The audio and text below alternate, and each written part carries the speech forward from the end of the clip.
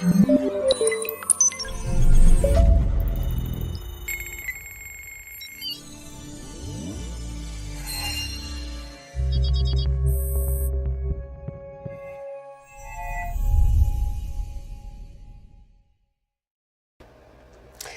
and welcome to our continuing series of live stream panel discussions for high growth startups, a partnership between Fourthly and Foley and Lardner. Each week on Wednesdays, we have a panel discussion featuring attorneys, investors, and other experts talking about how startup founders and investors can navigate all the different legal and regulatory issues that startups may face. I'm Brett Waters. I've been immersed in the startup world of Silicon Valley my entire life. Today, I teach entrepreneurship at Stanford University. I coach startup CEOs at the Miller Center for Social Entrepreneurship, and I run the Fourthly Startup Accelerator. So today's topic is venture debt.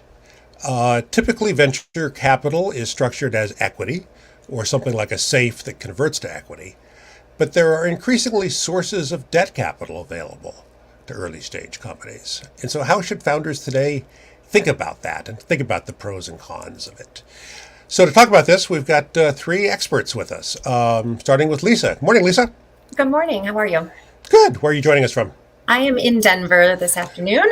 Denver, Colorado. All right. So give us the brief background on yourself. Sure. I am a partner at Foley and Lardner. I've been practicing for 20 years. I have a great love for startup companies. I started my career out in Silicon Valley, and so I've been working with growth companies for my entire legal career. I do a lot on the financing side, and a piggyback to a lot of venture financings that we'll talk about today is venture debt. So I have a lot of experience helping companies through that process. Awesome. Welcome. And also joining us is Pete. Where are you this morning, Pete? I'm dialed in from San Francisco, Brett. San Francisco, California. Know it well. Give us the brief background on you. Sure. I have been with Aon, the world's second largest insurance broker, for about 3 years. My role within Aon is applying our IP capabilities into the capital markets and into the M&A market. And we've developed three solutions, of which one or two I'll talk about today. The most interesting for this panel discussion is our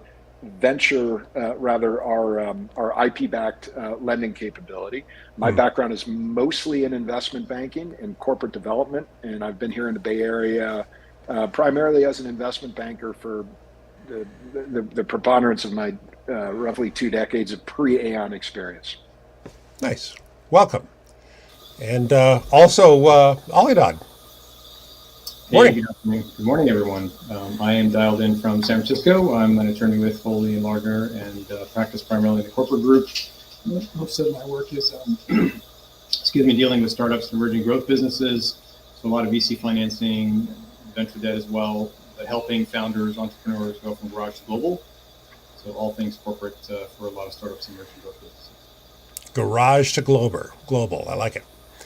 So let me also quickly mention to our audience that if you have any questions for our panelists today, please just type them into the chat box there in front of you, and we'll get to as many of those as we can. So guys, traditional venture capital has pretty much always been structured as equity. So, I give you $5 million, and I now own 10% of your company, 20% of your company, whatever the number may be. And there is no repayment obligation, but I, as an owner of 20% of your company, that means that I have a claim to 20% of the proceeds when the company is sold or has an IPO. It also means I have a claim to 20% of all future profits of the company. And debt, everybody knows what debt is, but traditionally debt really has not been available to early stage companies because for a variety of reasons, not least of which they usually don't have assets to secure it with. But I think the first I started hearing about venture debt was coming out of Silicon Valley Bank, and that they started doing venture debt deals typically as a complement to an equity financing round. So a company raises some venture capital structured as equity. They may also want some debt to fund some aspect of operations. And Silicon Valley Bank would do that deal as typical debt, meaning principal plus interest, but then they also get some warrants on the deal so that they have a piece of potentially a piece of equity in the future as well. But now all of a sudden I'm hearing more and more about venture debt being done. And I think part of this in the last year or so has been driven by the fact that valuations on the VC world have been hammered pretty significantly. And sometimes companies are looking at doing venture debt as an alternative to a down round. I think that's one of the reasons why you're kind of hearing more and more about it. But I'm curious kind of your guys' perspective on this in terms of what you're seeing out there. Have I described this accurately? Lisa, you have thoughts on this? Sure. Yeah, I think predominantly, Brett, I'm still seeing venture debt piggyback off of a round of fundraising. Really, the reason that the banks want to do this is twofold. One, bring a customer in and hopefully grow that relationship. And two, they do it after a round because they know they've got a really great venture capital firm supporting the company. So it really de-risks it from an underwriting perspective. They know that, okay, this particular venture capital firm, is likely going to bridge them through a down round if something happens instead of losing the entire investment. So I think that is still a very critical piece of it. Right. I will say that I'm seeing a lot more people do a smaller round size than they might otherwise do around a Series B. Instead of raising $20 million, all right, let's raise 10 and do a growth, capital line of 9-10 million bucks. And obviously you're only giving up a very tiny piece of equity in a form of a warrant for that. So I'm seeing people, kind of do that in this type of market, Brett. And Ollie, does that map to what you're seeing as well? It does, yeah.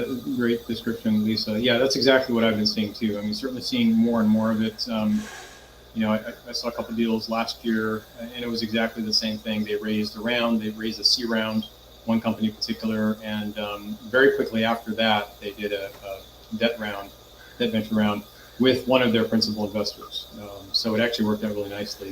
They had someone that was already an investor, knew the company, felt very comfortable, and they were the lender on that venture debt round.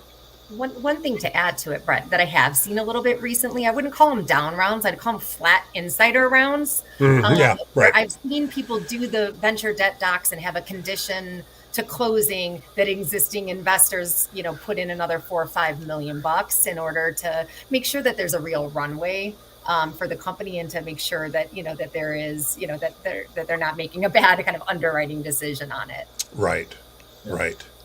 And as you said before, Lisa, all of this stuff is really just about risk, and so, as a debt lender, if Sequoia is in for $20 million bucks, then that makes it seem a whole lot less risky to a debt capital source, and then also in the example you just gave, if I understood it correctly, that a debt source might say, "We'll do this debt facility if the existing investors will also come in with some additional equity capital." Is that right? That's exactly right. Yep. Yeah. Great. So Pete, I mentioned before that one of the reasons why early stage companies typically haven't been able to access debt markets is they don't have much in the way of assets to collateralize a debt facility. But you have done a lot of work in this area in terms of looking at the times when perhaps a company has IP that is valuable enough that it can be used to back a debt financing. Can you tell us more about that? Sure. I think, Aon looks at IP in two ways. Number one, it's the world's largest uninsured asset class, and that prompted us to, make a big investment in our ability to analyze and value IP assets. Number two, it's probably the world's most undervalued asset class, or it's been very challenging for companies that have good IP to realize value from that IP. And so we set out on a mission to apply our IP analytical capabilities towards trying to harden IP as a source of collateral, recognizing that there are all kinds of companies, particularly out here in the Valley, who have made huge investments in intellectual property assets that might range from patents, a really obvious source, and probably the least intangible amongst intangibles. But we look at patents, we look at trade secrets and know-how and brand and trademark and data and software and copyright sort of up and down the IP stack to recognize value. And we've developed a solution that can actually wrap an insurance policy around an IP portfolio to serve as collateral for an asset-based loan for a company that otherwise would not have access to traditional debt markets. And so we consider our solution really an alternative to and or a supplement to equity financing. And it obviously has the benefit of being substantially less dilutive. So it really works when you've got a company that's made those big IP investments, that's got commercial milestones that are recognizable and sort of out there in a reasonable forecast period. We can help companies bridge themselves towards the fulfillment and achievement of those commercial milestones using that vehicle. Right. Now, entrepreneurs all tend to be optimists. So entrepreneurs, like, I've got 6 granted patents. These things are worth hundreds of millions of dollars. So, Pete, how do you go about, placing a value on a company's IP portfolio? Yeah, carefully and thoughtfully. Yeah. But the real answer is we triangulate on valuation. We will look at a bunch of different methodologies, which might range from, obvious methodologies like replacement value. What would it take to recreate this portfolio? Like, we'll look at market comparables where the patent brokerage market does have comparable transactions that we could use as a proxy for, what a portfolio might look like in a liquidation scenario. We also employ the income method, which actually takes a look at the enterprise and runs a discounted cash flow analysis, and then we apportion the net present value amongst major asset classes. Oftentimes we'll find that the IP portfolio, again, from patents through data and software and everything I mentioned in between, is often the most valuable asset within the company. And so we'll sort of inform our views on value from each of those 3 angles, as well as, through our own exercise of good old-fashioned judgment. Right. And that's a real interesting niche, Pete, because a lot of venture debt lenders exclude the IP out of the collateral package entirely. Interesting. They have a covenant that says you can't place a lien on the IP, but they won't go and even dig into that as part of the collateral. So that's an interesting product, I think. Yeah. And why is that, Lisa? I don't know. I don't know why that is. I've never really thought about it, but I will always try to mark that out of a term sheet if a banker tries to stick it in. I think they have a hard time maybe even managing it, making filings with the PTO office, and they just say that's just not part of our underwriting. We're just not going to go try to properly secure that and figure out what that beast is, and it changes so much over the course of a loan. That's my guess. I don't know. Yeah. Well, it could be a squishy thing. I mean, it's part of the reason I asked Pete, how the hell do you put a value on it? Because, IP is a very squishy thing. It is, and it requires, analytical tools and methods and experience that exists in very few places. And so, we've built a very multidisciplinary team that includes data scientists, analysts that tend to be like recovering lawyers. We've got some former heads of IP that have done a lot of licensing work. We've got some former patent prosecution people. We've got former bankers and consultants like me. And, it takes a really multidisciplinary approach to arrive at an informed view of value. Yeah. Yeah. So Lisa and Alidad, I assume you guys have represented both companies and lenders, sources of capital. So if a company founder came to you and said, "I'm thinking about doing a debt financing for my company," what would you advise them in terms of things to think about, things to look for? How would you walk a company founder or a company executive through that? Sure. Alidad, do you want to go first? Or? Yeah, sure. I can offer some thoughts. So I think it needs a good detailed discussion about the company. What stage are they at? They need to have some revenue because obviously they have to service the debt. So they can't be too early stage because they're going to have to be able to service that debt.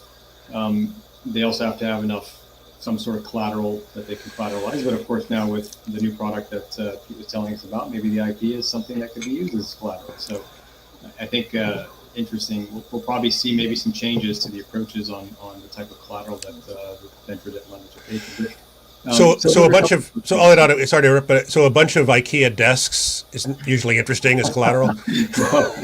No, unfortunately not. I'm looking for the real value there. So, and a lot of founders, ones that have done a bunch of deals, they're experienced, they kind of get it.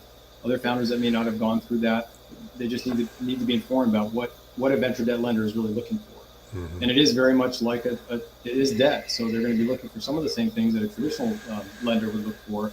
But there's obviously nuances and differences with venture debt that you won't see in the traditional debt setting.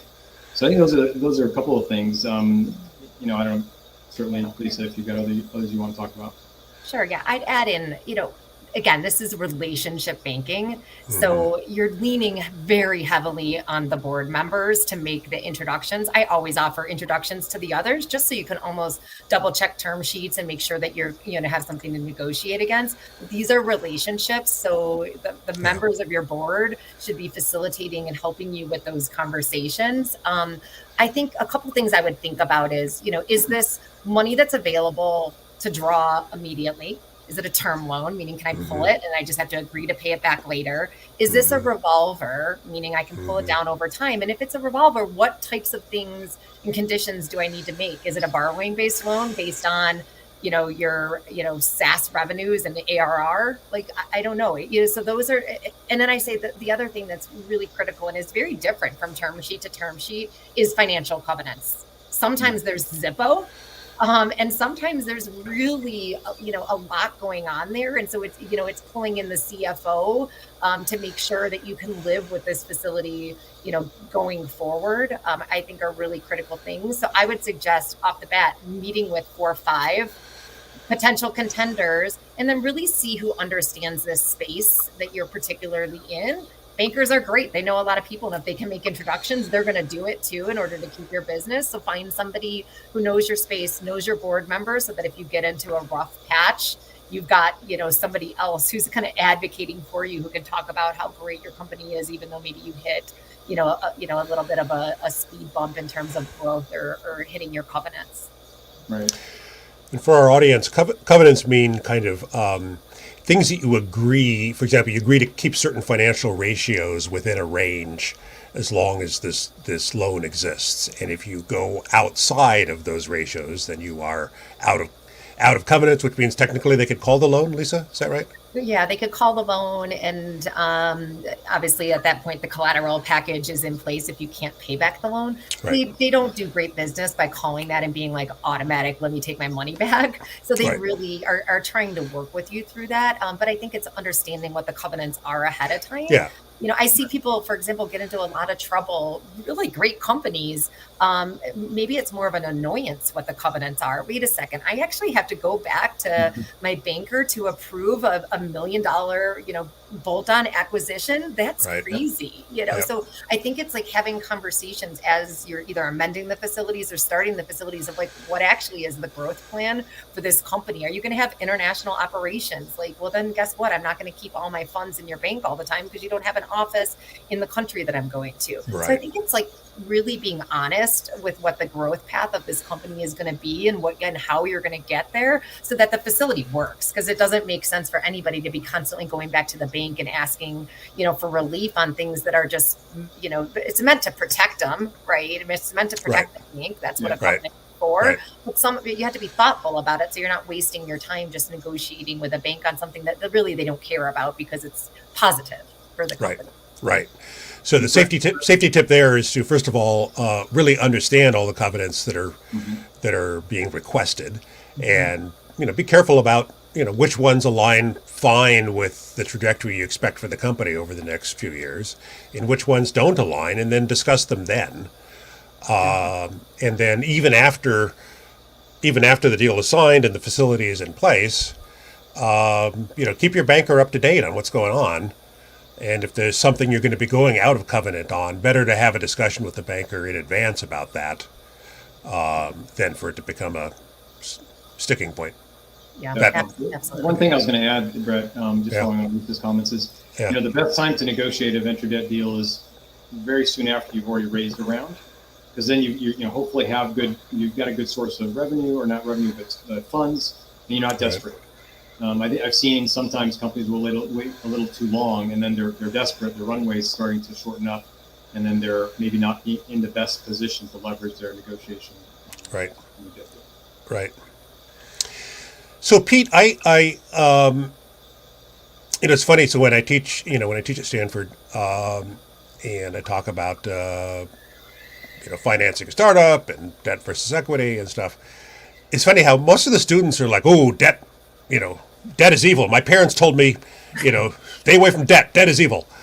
And then I try to explain to them, well, first of all, your parents aren't wrong. Debt, that is good advice.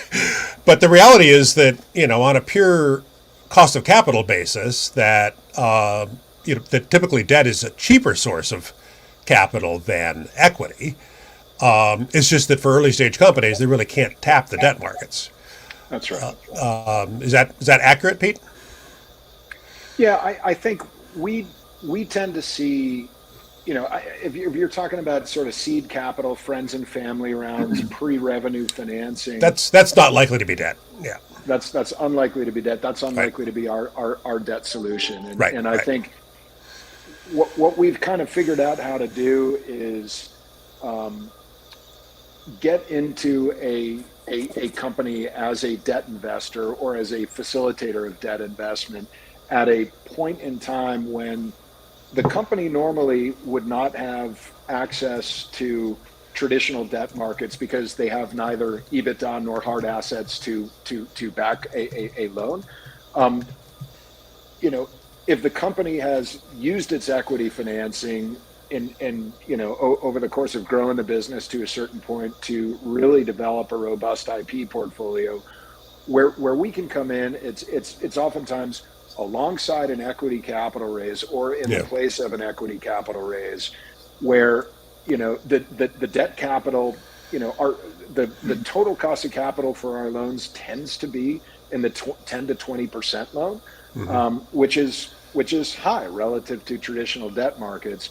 But when you compare that to the cost of equity, it can really fall in line as an attractive solution. So the typical point of entry for us is for a company that has raised and deployed some equity capital, has revenue, has customers, typically will not be EBITDA positive, but envisions being EBITDA positive within the period of the loan. Our loans tend to be 4 years, and the size of our loans tends to start around $15 million.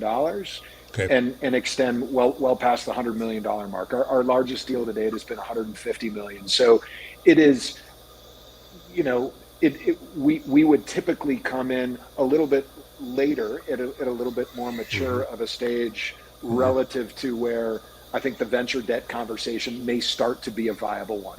Yeah. And are you typically coming in at the same time as extra equity capital? We certainly can. And but doesn't have to be that way. Does not have to be that way. And something Lisa said earlier really resonates. As debt investors, our lending partners, and indeed our internal fund, we love to see supportive equity shareholders who are going to do everything they can to step in to make sure that company remains compliant with covenants. That's certainly a part of the overall picture, but I think the way we look at the credit profile of a company obviously has a lot to do with their IP and the views of the insurance markets about the value and insurability of that IP. And then David asks the question about concentration of customers. That in a perfect world, lenders want to see that you've got a lot of revenue and it's coming from a whole bunch of different customers, so that you're not at risk of losing one or two big customers and suddenly you're hosed. Pete, do you have any thoughts on this? I think the devil is always in the detail, and I think yeah. any sophisticated investor, whether on the equity side or on the debt side, is going to really seek to understand the context of like, who are your 10 customers? Are there 10 more with whom you're in active discussion? You know, do you what's the nature of your contracts? How much visibility do you really have? I think those are probably the first line of questions that I would envision. Yeah, that makes intuitive sense. So, Lisa and Alidad, you, in terms of venture debt deals that you're seeing today, are they typically interest plus warrants? Are warrants still almost always a part of it? They're Yep. almost always Okay. a part of it. Usually there's a piece that vests at closing. Okay. And then if there's a revolving facility, for example, then the rest will vest if they give the money, right? If you never actually, ask them to loan you money, then, maybe you're giving a really, really tiny percentage. I see. So if it's a revolving facility, then there's a few warrants for just simply issuing the facility. Yep. And then if you actually draw on it and use the capital, then they get some more warrants. That's Right. exactly right. And you'll give them Okay. to them all up front and they'll just vest, so that way you just do the paperwork up front. But I'm seeing a lot of that. And I will say, like, since I've been doing venture debt over the last 10 years, the warrant coverage has gone just so far down percentage wise than what it was years Oh. ago. Like now I would say the average is, 10 basis points, so 0.10% of the company to maybe 0.25% of the company in value. Most of the time I still push to have that coverage be in common stock rather than in preferred stock Right. warrants. Right, But right. you'll fight over that a little bit. So if it's unclear in your term sheet, fight it out in the term sheet phase rather than, waiting until you get the draft of the warrant. Right. So Right. So if it's unclear, then just have your attorney insert common. you got it. Yes, exactly. No, Exactly. that's a great point, because if they want preferred, it creates an additional wrinkle of complications. Because if they're going to get it at the same price as the preferred was sold previously, that's one thing. But I've seen deals where the venture debt lender wants the warrant for preferred stock, but they want it at a penny a share, Exactly. and the Yeah. preferred stock sold at $20 a share. So now you've got to create a whole separate shadow series of preferred to be able to accommodate that different price point. Yeah. It And just I adds don't a lot even more think that's what they complication. have in mind, Alidad. Like in my experience, when people are throwing that in the term sheet, they just get the windfall of liquidation preference at that price, and they want that same class. They're paying a penny for it, and it's sort of Yep. like, Exactly. here you go. And then you'll have to waive anti-dilution protection, and that'll all be Yes. part of the process. But Right. I'm not seeing people create a shadow class that gives them like, a few cents of liquidation preference they want at whatever that last class is. So that's why I just throw them in common Yeah. stock and say, this is a kicker. You're paying a penny. You get Right. common stock, and Right. there you have it. Right. A lot simpler. And Lisa, why do you think warrant coverage has gone down over 10 years? I think there's a lot more competitors. I see. Brett. Yeah. I do. I Yeah. just think that there's enough people now doing it that you don't. You've just got multiple choices, and you have room to negotiate. Right. Right. So in the early days of venture debt, people would just accept whatever whatever you asked for. And today they're comparing term sheets from 2 or 3 different sources. And yeah, that makes sense. Alidad, what other thoughts do you have about this and kind of what advice you would give company founders? Well, I think it's like anything else. It's relationship based. So, and that may not seem intuitive. Oftentimes we think of debt as, okay, I'm just going to go to a bank and I'm going to go to a loan bank. I don't have a relationship, but it's a bank, and I'll get a loan. It'll be fine. But this is not like that type of loan. You really want a strategic long-term partner. So, ideally, if there is an existing investor that provides venture debt, that could be a great win because they're already vested in the company. Alternatively, if it's a bank that does a lot of venture debt, like Silicon Valley and there's others or other players in the field, you just want to know that they're there in the long term. They're going to be a strategic partner for you, and they're going to approach it like you want them to approach it to make sure that they're there. So hopefully you get to your exit, and they're right along with you to share in the spoils. Right. So venture debt is something that today is obtainable from both banks and non-bank lenders. Silicon Valley Bank obviously is an example of a bank. Pete and Aon is an example of a non-bank lender. What are the other sources for for venture debt today? Like names of the banks, but Well, yeah, not or yeah. or names or Yeah, you know. I have seen, and again, you hopefully your board members can help with this if you're in a specific industry. There's a lot of growth companies like in the CPG space. Those are financed a little bit differently. It's still venture debt, but it's inventory based, and it's accounts receivable based. So I've definitely have seen more untraditional types of loans, but they're pockets. Like you've really got to get an introduction. It's hard to Google that and try to find Right. who those players are. I think if you're a typical tech company, SaaS company business, the best alternative is likely one of the Pete's of the world or a traditional venture debt bank. If you've got sort of a hardware component to your technology, it's CPG, or there's something else that you're able to collateralize, or maybe you do in terms of that big concentration of customers, you can finance that particular receivable under a contract. Yeah, then I think it's worth exploring that. Your attorneys, your board members should have some sorts of leads on connections to those particular types of lenders, but it's a little harder to get to them, I would say, because it's so specific based on industry, I'd say. Right. Right. Right. So Charlie's got some good nuts and bolts questions. Charlie asks, are these typical fixed or floating rate? Are they secured by equity in the operating company or in the holding company? And he asked about dividends. Asked about covenants, which we've talked a little bit about. You guys want to take a shot at any of Charlie's questions here? Sure, I would say floating rate for sure is what I'm typically seeing. They're not typically secured by any equity. I haven't done a ton with holdco structures, so I suppose in that structure maybe they would ask for a pledge of the subsidiary assets. But if they're maybe I haven't seen a ton of the complicated structures. Normally, growth companies are sort of trying to keep things simple. So I would maybe if you've got a complicated holdco structure, they would want to pledge by the parent entity. Covenants restricting debt, yes, absolutely. There will always be a covenant restricting debt. There'll be certain carve-outs to that you'll negotiate. So there'll be things called permitted debt.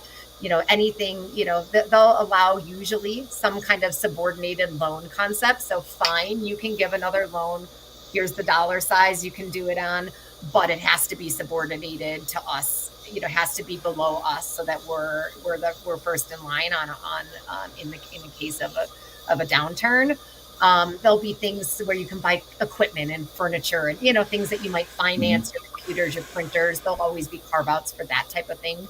If you have one of those complicated holdco structures, depending on how it's secured, they may let you loan back and forth between particular entities in your structure. Investments, there'll be a permitted investment concept. 99.9% of the time, they want all the money at the bank that they're at. So you're going to put all the money in a deposit account at the bank that's giving you the loan. Maybe they'll allow you to do investments in very safe treasury securities, but most companies aren't doing that. They just can't manage that. You're just throwing your money inside the bank and you're spending it over time. Dividends, yes. Most growth companies are not paying dividends to begin with, so I think they would be very weary of any money that they're lending you just going out the door to pay the founders and the investors. So I would say there's a blanket restriction on that. So I can't just take the money, put it in the company, and then pay it out to myself as a dividend. No, they're not. That's a good safety tip. Yeah. Yes, they're not. There's always exceptions to this stuff, Charlie. There's always particular things that and that's why it's super important for your lawyer to talk to the CEO or the CEO to say, okay, what would be really problematic if you had to live with this covenant as is, and how can we restructure it to meet the needs of your business? So there's always, they'll throw the general things at you, but there's always nuances that make sense for your particular company, and the bankers just might not understand it, and you're going to have a conversation explaining it to explaining it. Right. Yeah. Right. I think that's a great point, especially with regard to dividends and other things. I mean, I think an experienced venture debt lender will get it. I mean, oftentimes you'll have a financing and then there'll be some sort of secondary transaction where some of the founders sell their stock to the company. So I've been involved in deals where that's been the case, and the lender gets it. They understand that that's not uncommon, and so there's provisions for that built into the agreement. I have seen the holdco structure, and I think, as Lisa said, it's very case specific. So, where you have maybe particularly large assets that are being housed or owned by subsidiaries, then that venture debt lender may be fine collateralizing against the subs, but not necessarily the parent company. Although in that case, they might want to guarantee or pledge, as Lisa mentioned. So I think, Lisa and Alidad, as I understand it, debt is always senior to equity in the liquidation stack. Is that correct? Correct. So a debt holder kind of has an advantage in that they're at the top of the liquidation stack. They'll get their money in the case of a wind down of the company or the sale of the company. They get their money before equity investors get theirs. That's right. And then when you're talking about that, Brett, it's like, here in venture debt, they want to be secured. So they want to be above any other lenders, which is also things like, I need to pay my I need to pay my legal fees, or I need to pay my, I've got just a general unsecured debt to one of my suppliers, or, so they want to be like top of the line. Senior to all of that. Yeah. Exactly. Yeah.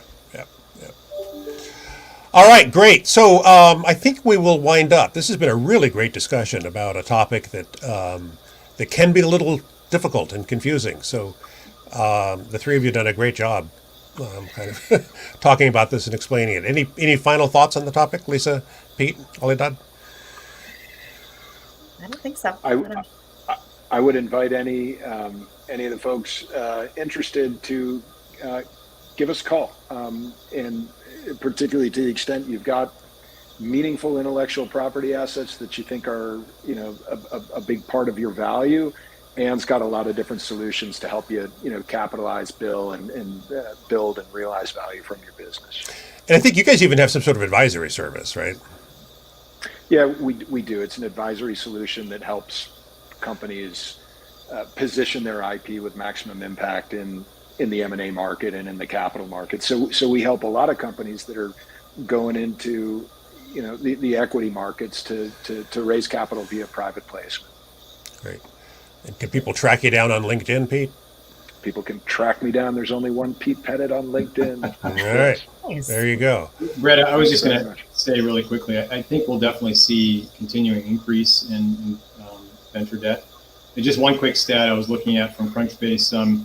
So in July of this year, U.S. startups raised about $1.4 billion in venture debt. Last year, same July 2021, they raised $824 million. So pretty significant increase. That's a significant increase year over year. I think we'll see a continuing increase. And the one thing that we all touched on is venture debt is debt. So make sure you've got good, experienced advisors that understand the corporate piece, but also understand the financing piece, because that can sometimes be a little different than your typical corporate type VC deal. Yeah. Excellent advice. Alidad, Lisa, Pete, thank you so much for your time this morning. This has been a great discussion. And to our audience, thank you for joining us. And you can find all four of us on LinkedIn. So please track us down with any questions or follow-up thoughts you may have. Thanks, everybody. Appreciate it. All right.